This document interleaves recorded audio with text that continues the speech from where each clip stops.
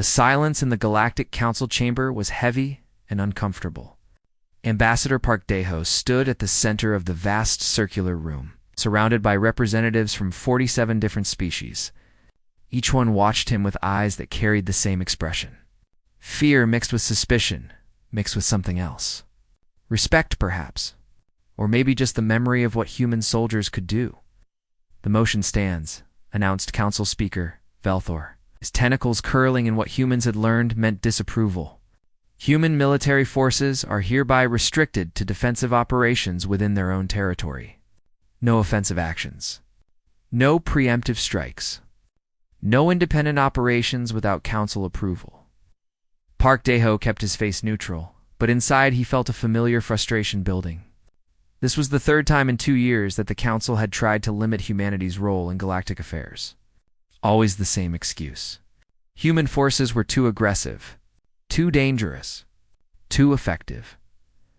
Colonel Kim Ju-won stood behind the ambassador, her military uniform crisp and her posture perfect. She leaned forward slightly and whispered, "They're scared." Still, she was right. The galaxy hadn't forgotten the Battle of Credo's Ridge. Commander Choi Hoon-woo, in his battalion of 800. Regular infantry had held a mining world against 40,000 Viraxian shock troops.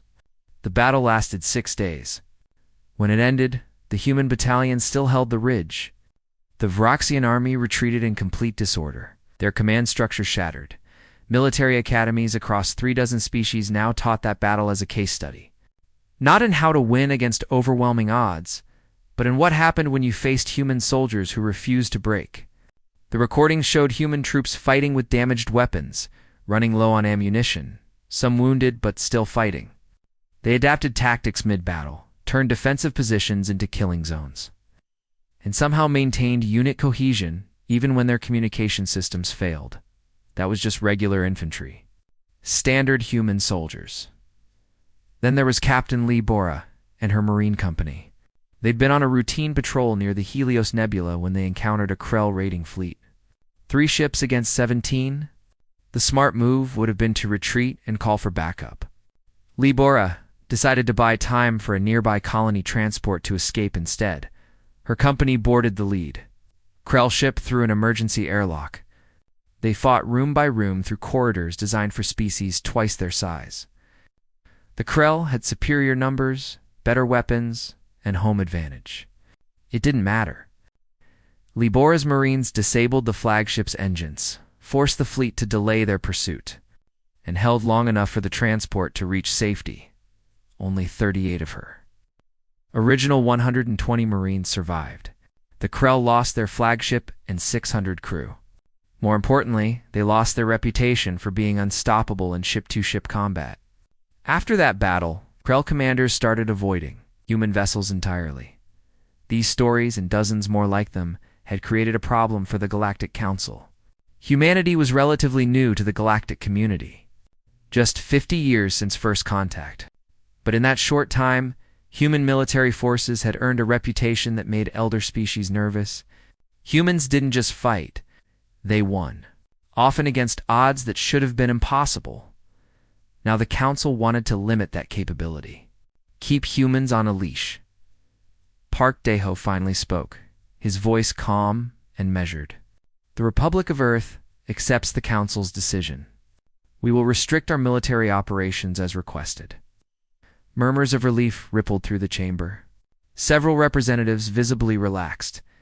The Velthar species had lost 3 colonies to human-led offensives during the last border conflict. They'd been pushing hardest for these restrictions. However, Park Dae-ho continued, and the murmur stopped. We maintain our right to defend our citizens and interests. If human colonies or vessels are threatened, we will respond. Within reason, Council Speaker Velthar said quickly. Proportional response only. No excessive force. Colonel Kim Ju-won's jaw tightened, but she said nothing. Park Dae-ho nodded acceptance. The meeting continued for another hour. Mostly technical details about patrol zones and communication protocols. Park Dae-ho barely listened. His mind kept returning to one comment made by Admiral Vexter of the Thalian Armada. The Admiral had called human soldiers elite warriors. and suggested that humanity had sent its best fighters to establish its galactic reputation. The assumption was natural. If these terrifying human soldiers were the best Earth had to offer, then restricting them made sense. Keep the elite forces on a short leash and the problem was solved. Admiral Bexter and the rest of the galaxy had no idea how wrong they were. The soldiers who'd won those battles, who'd created this fearsome reputation, who'd made elder species reconsider their military doctrines, they were regular troops. Standard infantry, Marines, normal. Military personnel who'd completed basic training in standard combat. Preparation Earth had never deployed its special forces outside human territory. The Council didn't know they existed. Oh, they knew Earth had special operations units in theory. Most species did. But they assumed these units would be marginally better than the already terrifying regular forces. A 10 or 20% improvement in capability. Perhaps they had no frame of reference for understanding what human special forces actually were, how they were selected, trained, equipped, and employed. The galaxy feared human regulars. They'd built their entire assessment of human military capability on battles fought by ordinary soldiers doing their jobs. Park. Daeho glanced at Colonel Kim Ji-won. She met his eyes and gave the slightest nod. They both understood. This restriction might not last long. The galaxy was a dangerous place, and threats didn't care about council regulations. The meeting finally ended. Representatives filed out, many of them still casting nervous glances at the human delegation. Park Daeho gathered his papers and prepared to leave when an aide rushed in, her face pale. "Ambassador, we have an emergency transmission. Priority Alpha." The few remaining representatives turned to watch. Priority Alpha meant lives in immediate danger. Park Daeho took the datapad and read quickly. His expression darkened. "What is it?" Colonel Kim Ji-won asked. "The Hylian mining colony, Kralak's Dominion forces have attacked. They're taking hostages. Civilian miners and their families. Estimated 3,000 people." Council speaker, who'd been about to leave, stopped. "We will convene an emergency session immediately. The council will discuss an appropriate response." Park Daeho looked at him. "How long will that take?" "We must gather intelligence, assess the situation, debate options. Perhaps 6 hours. Maybe 8. The Krelaks are executing hostages every hour until their demands are met." Silence fell over the chamber again. This time it was different. Before, the fear had been of what humans might do. Now it was about what the council's bureaucracy would fail to do in time. Colonel Kim Gwon leaned close to Park Daeho. "We have assets that could reach Hellion Colony in 4 hours. The council just restricted our operations," he whispered back. "They restricted our regular forces to defensive operations. Nothing about special forces, because they don't know we have them," Park Daeho considered. 3,000 civilians. Hostages being executed. A council that would debate while people died.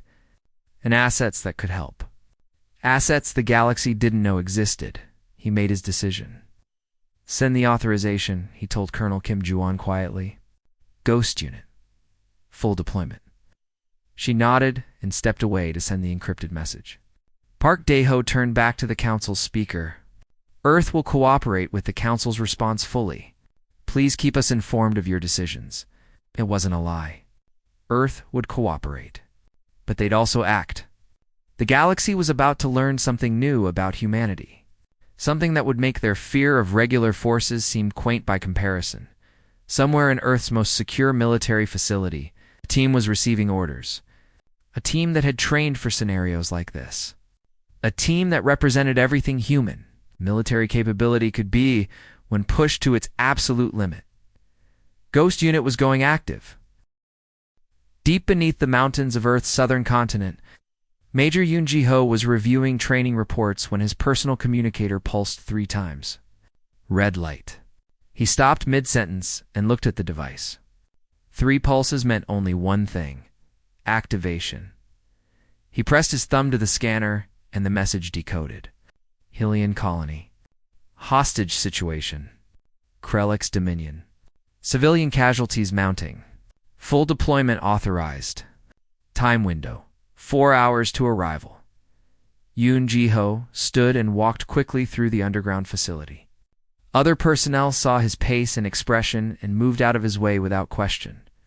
He reached the operations room and pressed his palm to the security panel. The heavy door slid open. Inside, for people were already moving. They'd received the same alert seconds after he had. "Ghost unit gather, Yoon," Guho said simply. Han Minho looked up from checking his equipment. "Finally. I was getting bored with simulations. Save the jokes for later," said Songnari, already pulling up medical supplies. "If it's Kralax, they won't hesitate to kill hostages." Kong Sunhwa was spreading maps across a holographic table. "Helian Colony. I know this place. Worked security consulting there 3 years ago. The layout is mostly underground. 47 different tunnel networks." "Good," Yoon Ji-ho said. "That gives us options." Beak Gina said nothing. She was already field stripping her rifle, checking each component with practiced precision. Her silence was normal. She talked with her shooting, not her mouth. Yoon Ji-ho pulled up the mission brief. "Kralax have taken the main colony dome. 3,000 civilian hostages. They're executing 5 people every hour. The Galactic Council is debating a response. We have 4 hours to get there and handle it ourselves. What's our authority level?" asked Han Minho, his humor gone now. This was the question that mattered. How much could they do? What were the restrictions? Ambassador Park Dae-ho authorized full deployment. Colonel Kim Ju-won is running interference with Council communications. As far as anyone official knows, we don't exist. Songnari nodded. Ghost unit. Makes sense now. The name wasn't just clever branding. Special Forces teams operated in ways that regular military couldn't. They went places that officially Earth had no presence. They did things that Earth would deny if asked. They were ghosts. Present, but unseen. Active, but unacknowledged. Yoon Ji-ho had spent 12 years building Ghost Unit. Each member had been selected from thousands of candidates. The selection process alone took 2 years. Physical testing that pushed human limits. Psychological evaluation that went deeper than most people could imagine. Technical skills that required years of training. Then came the real preparation. Another 3 years of constant drilling. Learning not just to fight, but to think, to adapt, to see solutions where others saw only problems. Han Minho was a perfect example. Before Special Forces, he'd been a weapons specialist in regular infantry. Good at his job, reliable, then he'd applied for selection. The instructors had given him a test. Defend a position with no ammunition, no backup. And no time to prepare, he'd used rocks, branches, and a broken communications device to create a defensive perimeter that impressed even the most skeptical evaluators. Not because it was pretty, but because it worked. Han Minho saw weapons everywhere.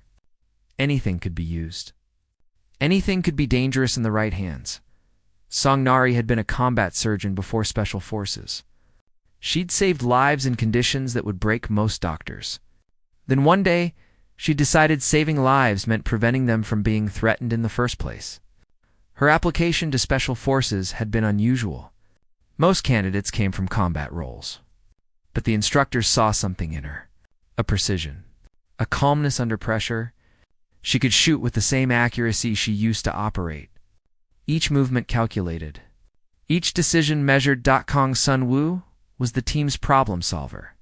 Give him any obstacle, and he'd find 3 ways around it, 2 ways through it, and 1 way to make it disappear entirely. Demolitions was his specialty, but that word didn't capture what he actually did. He understood structures. Buildings, ships, defensive positions. He could see weak points that others missed. More importantly, he could create weak points where none existed. In Beak, Gina. She held the record for longest confirmed kill in human military history. 2.4 kilometers. 1 shot. 1 target. Perfect conditions, yes, but still. Her file noted that she'd once held a position for 72 hours without moving, waiting for a single target to appear. When questioned why, she'd simply said it was her job. Patience and precision were her weapons as much as the rifle. Together, they were a ghost unit. 5 people. But those 5 people represented capabilities that most military planners didn't believe were possible. Transport leaves in 20 minutes, Yoon-Ji-ho said. Stealth insertion ship. No council tracking. We'll arrive at the edge of Hellion system and drop from orbit. Drop. Han Minho grinned. High altitude? Very high. Individual pods. Standard insertion. Songnari shook her head but smiled slightly. The Krelliks won't even see us coming. They wouldn't. Orbital drop insertion was something humans had developed specifically for situations like this. Each person sealed into a small pod barely larger than their body. Dropped from a ship in high orbit, free fall, through atmosphere at speeds that would kill most species. Then, at the last possible moment, retro thrusters and parachutes to slow descent. The risk was enormous. Equipment failure meant death. Weather problems meant death. Detection by enemy forces meant death. But it also meant insertion directly into hostile territory with no warning. No defensive measures, and no way for enemies to prepare. The galaxy's military forces use shuttles and landing. Craft, slow, visible, vulnerable, humans. Use pods and individual insertion. Fast, nearly. Invisible, terrifying. Equipment check. Yoon-Ji-ho ordered. Full combat load. Assume no resupply. Aye. They moved efficiently. Each person knew their role. Weapons, ammunition, explosives, medical supplies, communication gear, rations, water. Everything needed to operate independently for 72 hours. Minimum, their equipment was different from what regular forces used. Lighter, more advanced. Some of it was technology that wouldn't reach regular units for another decade. Special forces got the experimental gear. They tested it in real combat. If it worked, eventually, everyone got it. If it failed, only they suffered the consequences. Beak Gina assembled her rifle. Custom built. No 2 special forces snipers used exactly the same weapon. Each rifle was tailored to its user. Her particular model could fire subsonic rounds for silent killing or hypervelocity rounds for extreme range. She'd named it quietly after her grandmother. Nobody else knew that. It was personal. Han Minho loaded his weapons. Standard assault rifle, sidearm, combat knife. But he also packed cutting tools, chemical compounds, electronic components. Things that most soldiers wouldn't consider weapons. He'd turn them into weapons when needed. Kong Sunwoo checked his explosives. Precision charges. Small enough to carry dozens, but powerful enough to breach reinforced walls. He also packed engineering tools. Sometimes the best solution wasn't to blow something up, but to break it in just the right way. Song. Nari prepared medical supplies. Trauma kits. Surgical tools, medications, enough to treat serious injuries in field conditions. She also loaded her weapons. Combat medic didn't mean non-combatant. It meant someone who could save your life after winning the fight. 20 minutes later, they boarded the stealth transport. The ship was small, fast, and almost invisible to sensors. It could cross half the galaxy without being detected. The pilot nodded to Yoon-Ji-ho, but said nothing. Special Forces pilots were selected as carefully as the operators they transported. The ship lifted silently from the underground facility and accelerated into space. Inside, Ghost Unit made final preparations. For hours to target, Yoon-Ji-ho said, "Rest if you can. When we hit ground, it's continuous operations until everyone's safe." Han Minho settled into his seat. "Think the Krelliks have studied human tactics?" "Probably," Songnari said. "Everyone has by now." "Good beak," Gina said quietly. It was the first time she'd spoken since the brief. "They studied regular forces. They don't know about us." She was right. The Krelliks had probably analyzed every human battle in their records. They'd studied Commander Choi Hyun-woo's defense, Captain Lee Bora's boarding action, every recorded engagement involving human regular forces, but Ghost Unit had never been deployed outside Earth's system, never been in a recorded battle, never been seen by enemy forces. The galaxy feared human regular soldiers. They had no idea what human special forces could do. Yoon-ji-ho looked at his team. 5 people against whatever the Krelax had waiting. By every logical calculation, they were outnumbered and outgunned. He smiled slightly. Every Special Forces operator learned the same lesson during selection. Logic was important, but so was will. So was creativity. So was refusal to accept that something couldn't be done. The Krelax were about to learn what happened when you threatened a human. Civilians and gave Ghost Unit for hours to respond. The pods hit atmosphere at terminal velocity. Inside his pod, Yoon-ji-ho watched the heat shields glow orange as friction turned speed into fire. The targeting computer counted down altitude. 20,000 meters. 15,000. 10,000. The pod shook violently, but he'd trained for this. Every muscle relaxed. Fighting the turbulence only caused injury. At 5,000 meters, the retro thrusters fired. Deceleration hit like a hammer, but the pod slowed. At 1,000 meters, the chute deployed. The pod drifted the last distance silently, landing in the rocky terrain outside Hellion Colony's main dome. Yoon-ji-ho hit the release and rolled out weapon ready. Around him, 4 other pods touched down within 50 meters. Perfect insertion. Ghost Unit assembled quickly, pods already self-destructing into puddles of harmless liquid that would evaporate within hours. No evidence. Comes check, Yoon-ji-ho whispered into his throat mic. Han Min-ho, good. Song Nari, good. Kong Sun-woo, good. Beak Gina, good. 5 confirmations. Everyone down safe. Yoon-ji-ho pulled up the tactical map on his wrist display. The colony dome was 2 kilometers ahead. Kong Sun-woo's memory of the layout overlaid the current sensor readings. Movement Beak, Gina whispered. Perimeter guards. 200 meters, heading north. Yoon-ji-ho couldn't see them yet, but he trusted her eyes. Beak Gina could spot targets at ranges where most people couldn't tell rock from enemy. How many? For Krelax standard patrol. Heavy weapons. Come gear. Take them quietly, Yoon-ji-ho ordered. Ghost Unit moved like water over the rocky ground.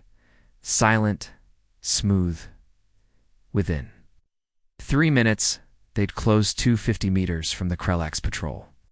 The aliens were large, heavily armored, and confident. They didn't expect threats. Hellion Colony was supposed to be helpless. Han Min-ho went first, moving so quietly that even Yoon-ji-ho barely heard him. The first Krelax guard never knew what happened. One moment he was scanning the horizon. The next, Han Min-ho's knife had severed critical arteries, and the guard was falling silently. Song Nari took the second guard from the opposite side. Her movement was surgical, precise, efficient. The guard collapsed without a sound. Beak, Gina and Kong Sun-woo handled the remaining 2 guards simultaneously. No shots fired. No alarms raised. For enemy combatants, neutralized in seconds. Strip their come gear, Yoon-ji-ho ordered. We need to monitor their communications. Kong Sun-woo worked quickly, pulling electronics from the dead guards. Within 2 minutes, he had their communication network mapped. They're on rotating frequencies. Standard Krelax security protocol. I can listen, but if we transmit, they'll know someone's compromised. The network. Just listen for now. They moved toward the colony dome, staying low and using every bit of cover. More patrols passed within 100 meters, but Ghost Unit remained unseen. They'd trained for this. Infiltration wasn't about being invisible.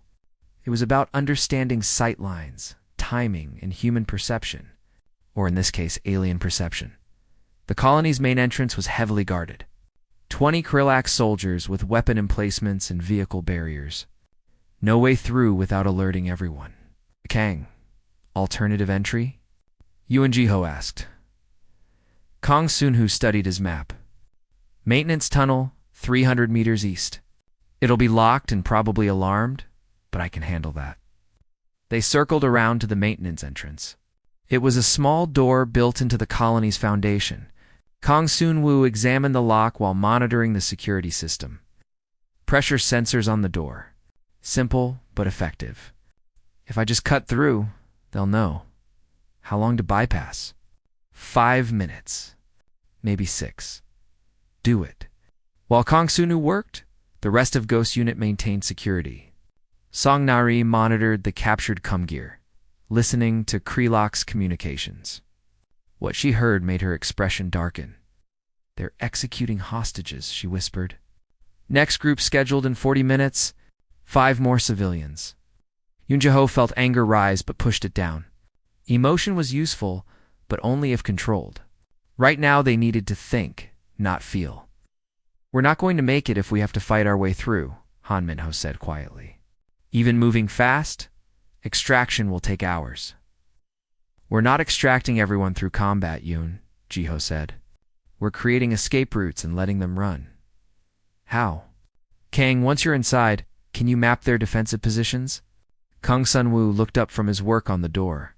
"If I can access their security network, yes. Do that first.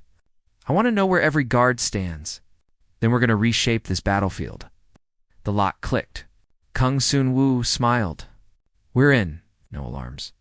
"The Krelax think they own this colony. They're not expecting infiltration." They slipped inside the maintenance tunnel. It was dark and narrow, designed for repair crews, not combat. Perfect for Ghost Unit, they moved single file, weapons ready, till they reached a junction. Kang Sun-woo found a security terminal and connected his portable system. The Krelix network was military-grade, but not designed to prevent physical access. Within 3 minutes, he'd mapped their entire defensive layout. 240 Krelax inside the dome, he reported quietly. Heaviest concentration around the main hostage area. They've got the civilians in the central plaza. 40 guards directly on them. Another 100 scattered through the colony. The rest are on perimeter duty. "Hostage conditions?" Song Nari asked, live but scared. "Some injuries. Nothing immediately life-threatening." Yoon Ji-ho studied the map. 240 enemies. 5 operators. Standard combat doctrine would call this suicide. But Ghost Unit didn't do standard combat, so I'll start plotting evacuation routes. Use the maintenance tunnels and emergency exits. I want paths that avoid the main Krelax positions. On it. King. I need you to identify their command structure and critical infrastructure. Power, communications, life support. "What are you planning?" Han Min-ho asked. "The Krelax expect humans to fight like humans. Aggressive, direct, overwhelming force. We're not going to fight them. We're going to make them fight themselves." Baek Gina spoke quietly. "Psychological operation." "Exactly." "Kong, can you manipulate their security systems?" Kang Soon-woo grinned. "I can make them see whatever we want." "Good. Here's what we're going to do." Yoon Ji-ho laid out the plan. It was complex, risky, and required perfect timing. It also gave them a chance to win without losing hostages. Song Nari would infiltrate to the hostage area and begin organizing civilians for evacuation. She'd use the maintenance tunnels to move people out quietly while the Krelax were distracted. Kang Sun-woo would manipulate the colony systems, create false alarms, make the Krelax think they were being attacked from multiple directions, force them to spread their forces thin, responding to threats that didn't exist. Han Min-ho would move through the colony creating chaos. Hit supply depots. Disable vehicles. Turn the Krelax's own equipment against them. Baek Gina would take position in the colony's highest point. From there, she could cover evacuation routes and eliminate any Krelax who threatened escaping civilians. Yoon Ji-ho would hunt the Krelax command structure, cut off their leadership, force the remaining troops into confusion. "They think they're hunting humans in a controlled environment," Yoon Ji-ho said. "We're going to teach them what it means to be hunted by humans who control the environment." "When do we start?" asked Han Min-ho. Yoon Ji-ho checked the time. 35 minutes until the next execution. Now Ghost Unit split up. each member moving to their assigned position. Song Nari reached the maintenance access near the hostage area. She could hear crying, children scared, and adults trying to comfort them. She wanted to rush in immediately, but that would alert the guards. Patience. Kong. Sunwoo accessed the security network from a hidden terminal. His fingers moved across the interface quickly. The Krelliks used good encryption, but they'd never encountered human cyber warfare techniques. Within minutes, he had complete access. He started small. A door alarm on the opposite side of the colony. 5 guards moved to investigate. Then another alarm. More guards diverted. He was pulling their attention away from the hostages, without them realizing it was intentional. Minnow found a Krellak supply depot. Explosive rounds. Fuel cells. Medical supplies. He placed small charges throughout the depot. Not enough to destroy it. Enough to make it burn slowly and create smoke. Confusion was better than destruction. Beak Gina climbed to the colony's central observation tower. The Krellaks had posted 2 guards there. She dealt with them silently and took their position. From here she could see almost the entire colony interior. Her rifle covered for different evacuation routes. Yuan Jiho moved through shadows, tracking the Krellak's commander. The alien was in the colony's old administrative building, surrounded by guards and communication equipment. Getting to him would be difficult. But necessary, the operation began. And the Krellaks started learning what happened when humans stopped holding back. The first explosion caught the Krellaks completely by surprise. Han Minho's charges in the supply depot went off in sequence, creating a chain reaction of smaller blasts. Not big enough to cause structural damage, but enough to fill that section of the colony with smoke and confusion. Krellaks. War Chief Thraz heard the reports coming through his communicator. Supply depot is burning. Unknown cause. Send teams to investigate, Thraz ordered. He wasn't particularly worried yet. Sometimes equipment failed. Sometimes accidents happened. This was probably nothing. Then the second alarm triggered. A security breach on the eastern perimeter, then the western perimeter, then the north. Thraz's mandibles clicked in confusion. Were they being attacked from multiple directions? All units report, he commanded. The responses came back quickly. Nothing visible on any perimeter. No enemy forces detected. But the alarms kept triggering. What Thraz didn't know was that Kong Sunwoo was orchestrating every alarm, creating patterns that forced the Krellaks to respond, pulling guards away from critical positions, spreading their forces thin. Song Nari saw the guards near the hostages reduced from 40 to 20 as reinforcements were sent to investigate the false alarms. That was her opening. She slipped into the maintenance tunnel that led directly under the central plaza. The access panel was barely large enough for her to fit through. She managed. Above her, terrified civilians huddled together while Krellak's guards watched them with weapons ready. Song Nari tapped lightly on the access panel, so quietly that only someone directly above would hear it. A young girl heard the tapping and looked down. She saw Song Nari's face through the grate, and her eyes widened. Song Nari put a finger to her lips. Quiet. The girl understood and nodded. I need you to tell the adults, Song Nari whispered, very quietly. No noise. There's an escape route. Can you do that? The girl nodded again and carefully moved to an older man, probably her father. She whispered to him. He looked shocked but controlled his reaction. Slowly he began passing the message through the crowd of hostages. An escape route. Stay quiet. Be ready. The Krellak's guards noticed nothing. They were watching for threats from outside, not beneath. Beak Gina watched from her position in the observation tower. Her scope covered the plaza and surrounding areas. She saw Song Nari's position and tracked the nearest Krellak's patrols. If any of them moved toward the plaza, she'd have to take them out. But shots would alert everyone. Better to wait. Yunjiho had reached the administrative building. 6 guards outside. More inside. Getting to Thraz meant going through all of them. He studied the building layout on his wrist display. Kong Sunwoo had mapped the interior through the security network. Thraz was on the third floor. The building had 4 entrances, all guarded. But there was a ventilation system. Humans were smaller than Krelax. Sometimes that was an advantage. He found the ventilation access on the building's side. It was locked, but not alarmed. Kong Sunwoo had disabled the alarm 30 seconds earlier.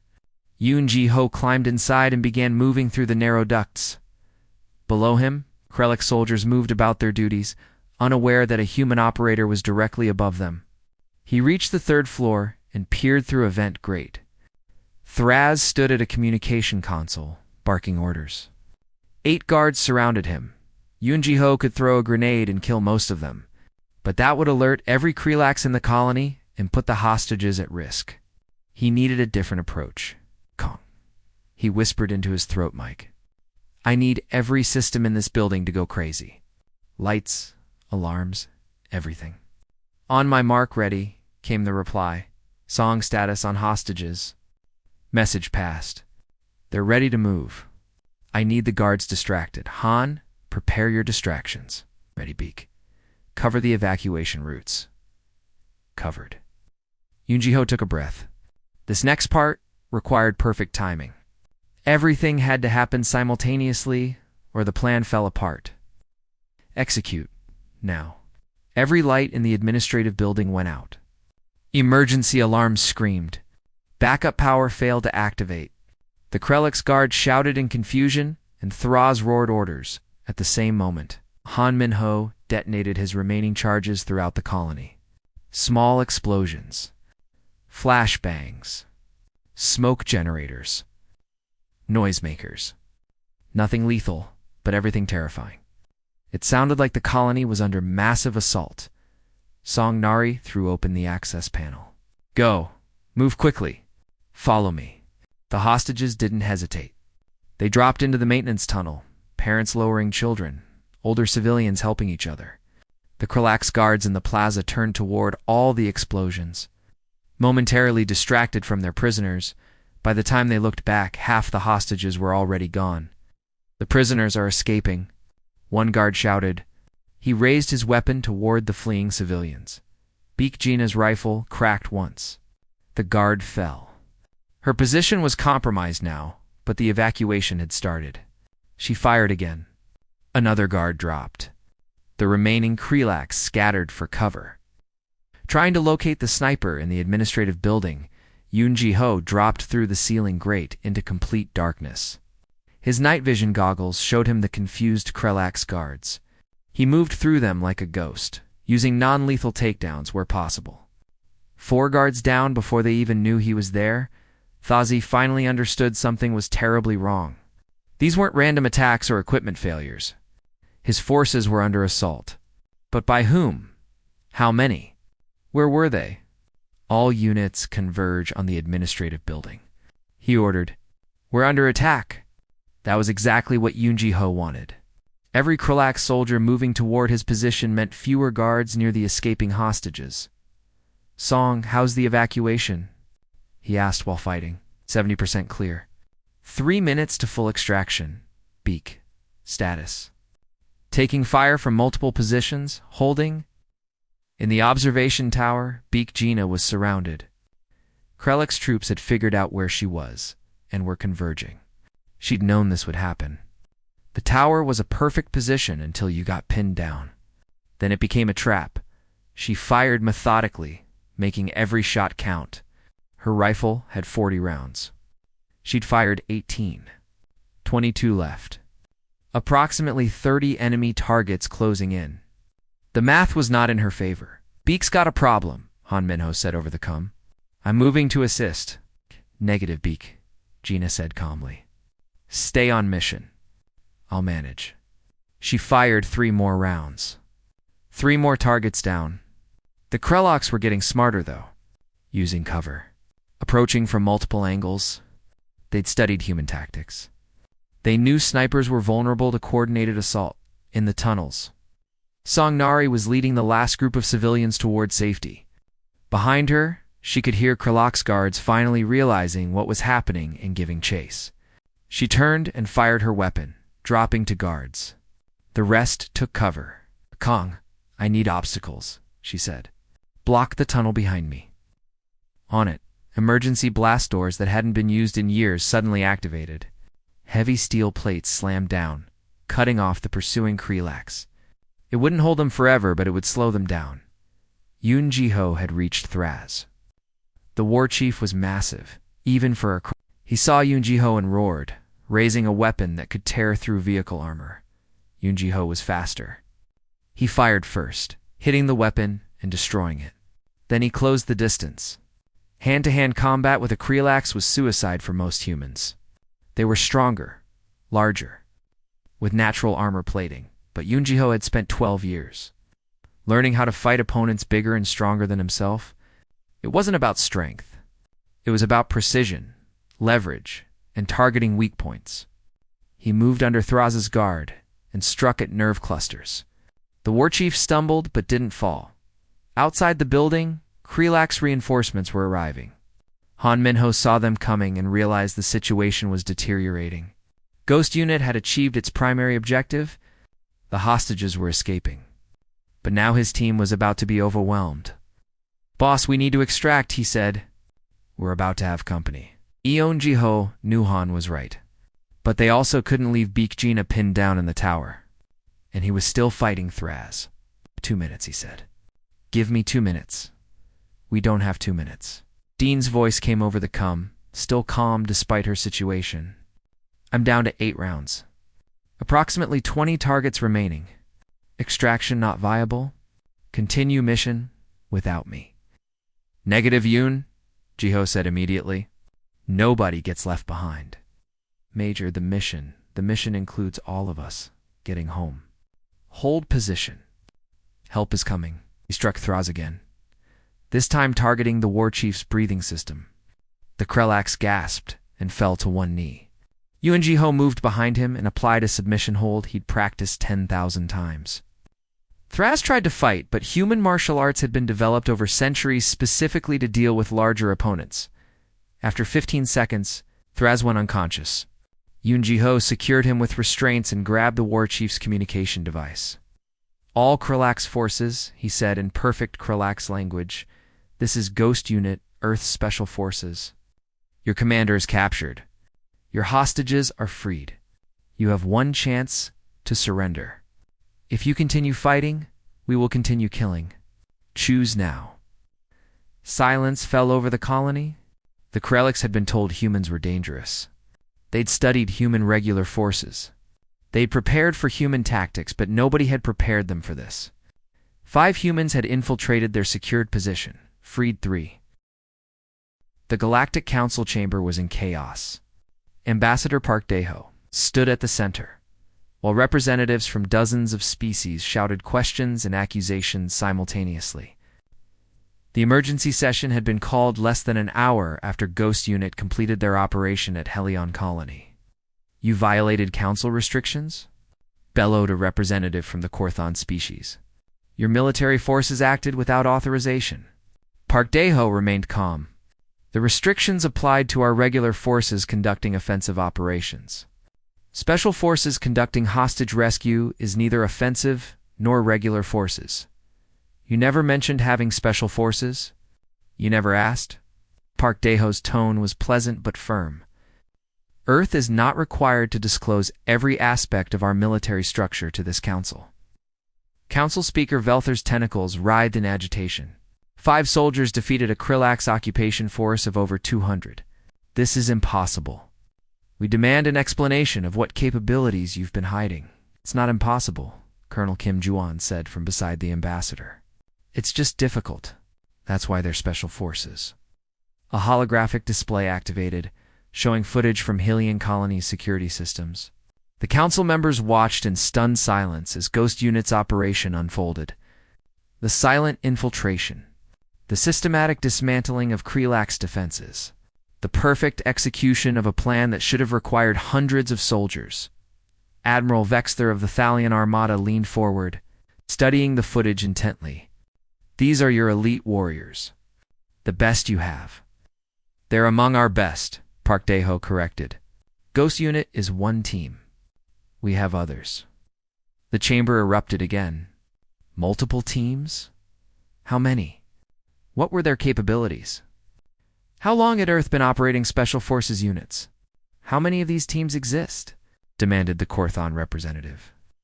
That's classified, Colonel Kim Juan said simply. Unacceptable. The Council has a right to know the military capabilities of member species. Does the Council have complete information on Korthon military capabilities? Park Daeho asked mildly. Your stealth ship technology? Your biological weapons research? Your classified special operations units? Silence. Every species in the Council had secrets. Classified programs, military capabilities they didn't advertise. But none of them had demonstrated the kind of capability Ghost Unit just showed. Admiral Vexler spoke again, his voice thoughtful. We've been watching human military operations for 50 years. Every battle, every engagement. We thought we understood human combat capability. We based our assessments on the soldiers you sent to fight, Park Daeho confirmed. Those were your regular forces. Yes, we feared them. We restricted you because we feared what your regular soldiers could do. Vexter paused. We should have been terrified of what they were selected from. The statement hung in the air. The representatives were beginning to understand. Those terrifying human soldiers who'd earned such fearsome reputations, they were the baseline, the standard. Special forces represented what humans became when pushed to absolute limits. This changes everything, said a representative from the Velden Collective. How do we trust Earth now? You've been hiding these capabilities. Every species hides capabilities, Park Daeho replied. That's called strategic deterrence. The difference is that we're now being transparent. Ghost Unit exists. Other Special Forces teams exist. They operate at levels beyond regular forces. We're telling you this because we want you to understand something important. What? Earth has been restraining itself, significantly. Every battle you've studied, every engagement you've feared, was fought by soldiers who represent our average capability. We haven't deployed our best because we didn't need to. But when civilians are threatened and the Council debates while people die, we will use whatever assets are necessary. Council Speaker Velthor spoke carefully.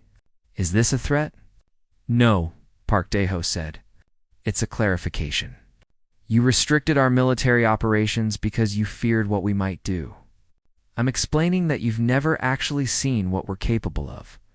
Ghost Unit rescued 3,000 civilians with 0 friendly casualties and minimal enemy casualties.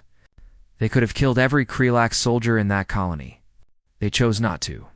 That choice, that restraint, is what you should pay attention to. Admiral Vexter nodded slowly. You're saying that human military capability is far beyond what we've assessed? Yes, and that you've been choosing not to use it. Yes. Why tell us now? Why not maintain the deception? Park Daeho gestured to the holographic display, still showing footage from Helion Colony. Because the galaxy needs to understand something. We're not your enemy. We're not interested in conquest or domination, but we will protect our people and our interests. The Krelliks took hostages and started executing them. The Council debated. We acted.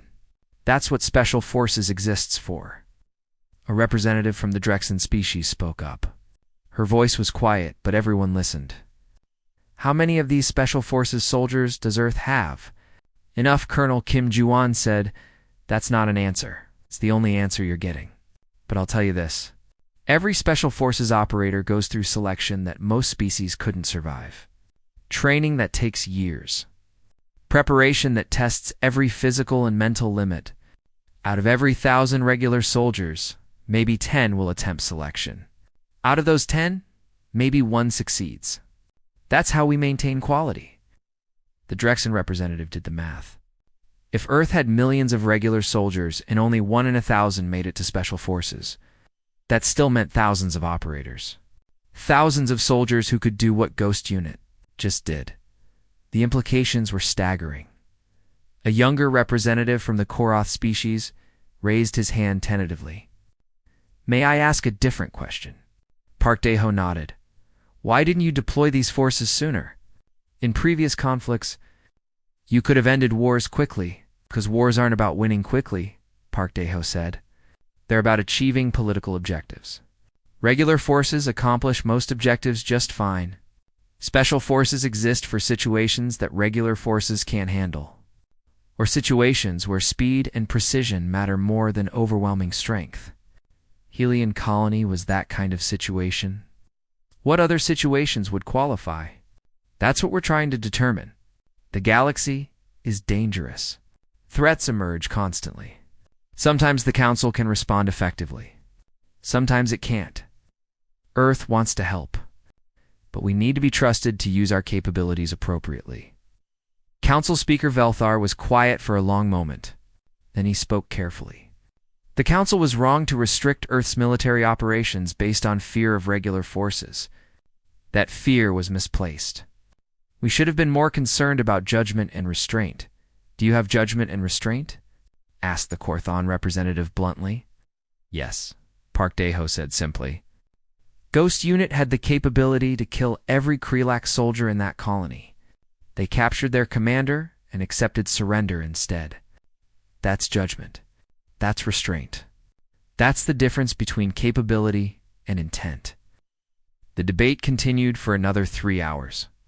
Eventually, a compromise emerged. Earth's military restrictions would be modified. Regular forces could conduct defensive operations and respond to direct threats. Special forces would be allowed to operate in hostage situations and humanitarian crises. Everything else required Council approval. It wasn't perfect, but it was workable. As the session finally ended, Admiral Vexter approached Park Daeho privately. May I ask you something off the record? Of course. How much have you been holding back? Park Daeho smiled slightly. Admiral Ghost Unit completed their mission in under an hour. They could have done it in 30 minutes. They could have done it with 3 operators instead of 5. They could have done it without any of the technology they used. We trained special forces to operate in worst-case scenarios with minimal support. Helion Colony wasn't a worst-case scenario. Vexter processed this. So what we just witnessed was impressive, but not exceptional by our standards. That's what I'm trying to help you understand. Human capability goes deeper than you realize. But so does human restraint. The Admiral nodded slowly. Thank you for the honesty. Back on Earth, Ghost Unit was completing their debriefing.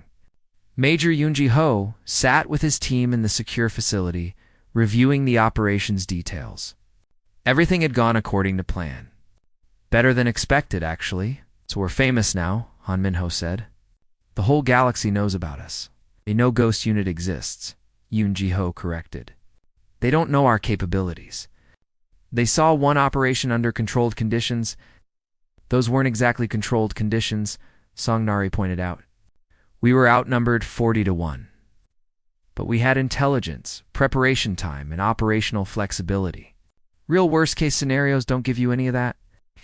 Beak Gina spoke quietly. Do you think this changes things? The galaxy knowing about special forces. Yoonji Ho considered. Maybe, maybe not. Regular forces created Earth's reputation by doing their jobs well. We'll create our own reputation the same way.